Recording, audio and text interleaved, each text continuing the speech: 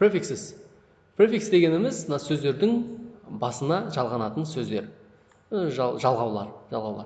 Prefixes come at the beginning of words. They can help you to understand what a new word means. Here are some common prefixes. Енді осылар түсініп алсаңыз, бұл мынау жаңағы жалғаулар, сөздің басына жалғанатын префикстер сөздің басына жалғанып, сөздің мағынасын сәл өзгертеді. Бірақ бұл, мысалы үшін X деген барлық түрлі сөздерге қосылады, сол кезде сіз бірден білесіз, ол бұрынғы деген мағынаны білдіреді. Мысалы үшін им деген предлогтар қосылса, ол негативный, жоқ дегенді білдіреді. Соны біліп алыңыз, әрқашан осы сөз сіз білетін сөзге осындай сөз жалғанса, сіз бірден мынандай ғой деп өзіңіз логикалық тұрғыда ойласаңыз болады. Мис дегеніміз ол қате немесе жаман деген нәрсені білдіреді. Non деген бұл жоқ дегенді білдіреді. Pre дегеніміз before алдын деген білдіреді. Re деген қосылса сөзге мысалға және де дегені білдіреді, қайтадан дегені білдіреді. An деген қосылса ол негативный жоқ дегені білдіреді. Сонда in, im, non, an деген сөз жаңағы жалғаулар қосылса, ол жоқ деген негативный жалғау білдіреді. Мысалы үшін X, ex-wife, ex-boss, бұрынғы әйелі, бұрынғы бастығы.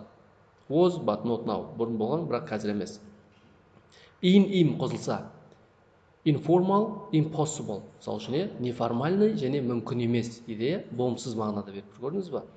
Енді miss дегеніміз misunderstand, misbehave. Түсінбей қалу, түсініспеушілік болу, немесе өзін жақсы ұстамау. Бұл жерде wrong қате түсінген, және misbehave өзін жаңағы мінезін дұрыс ұстамау, badly қате, жаман деген сөз. Енді non деген жоқ, non-smoking темекі шекпейтін жер, non-resident адам тұрмайтын жер. Келесі, бұл жерде мысалы офистер ғана болуы мүмкін, Келесі preschool, мектепке дейінгі дайындық. Мысалы үшін preschool, мектепке дейін. Re деген қайтадан, again дейді, redo, тағы да істеу, rewrite, қайта жазу. An деген болымсызды білдіреді, unhappy, бақытсыз, unsafe, қауіпсіз. Мысалы үшін, an ex-wife is a wife who is now divorced from her husband. She is my ex-boss from my last job.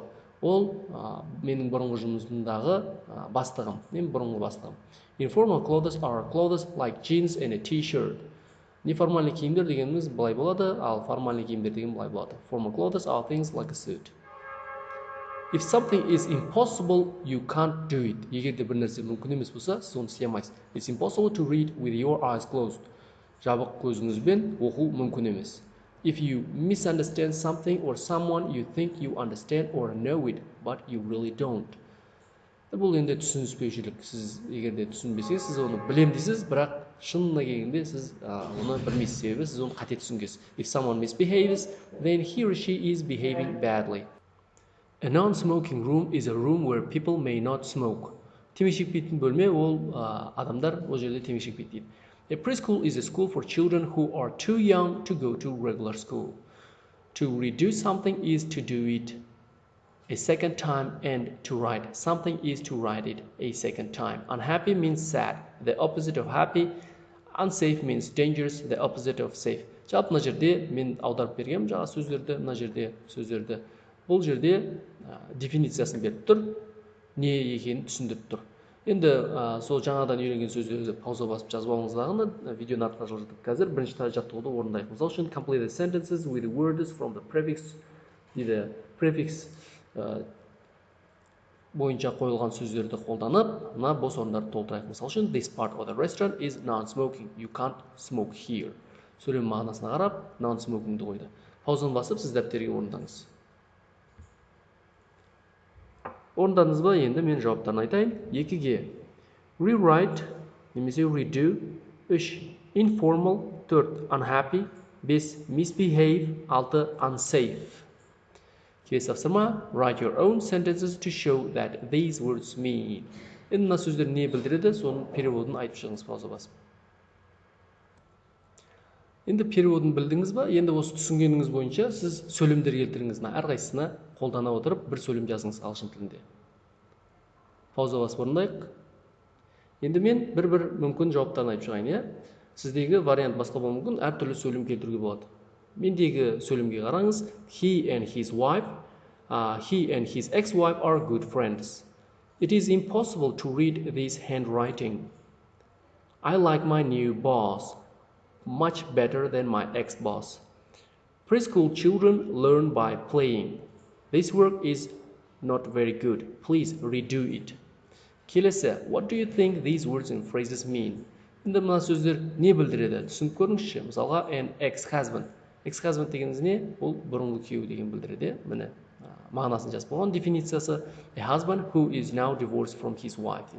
Қалғанын сөйтіп логикалық тұрғыда мынау жалғауларына, префикстарға қарап, предлогтарға қарап тапсырманы орындаңыз. Жалпы мынаны переводтап, өзіңіз түсініп көріңіз. Словар қолданбай.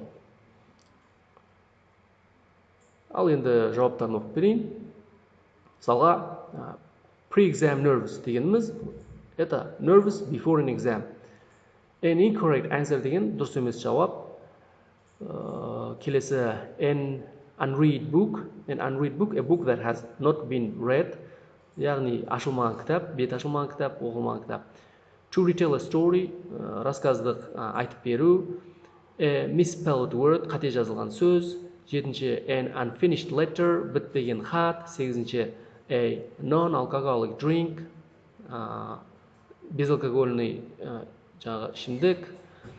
To reread a book, кітапты қайтадан оқу. To rewind a tape, кассетаны айналдыру.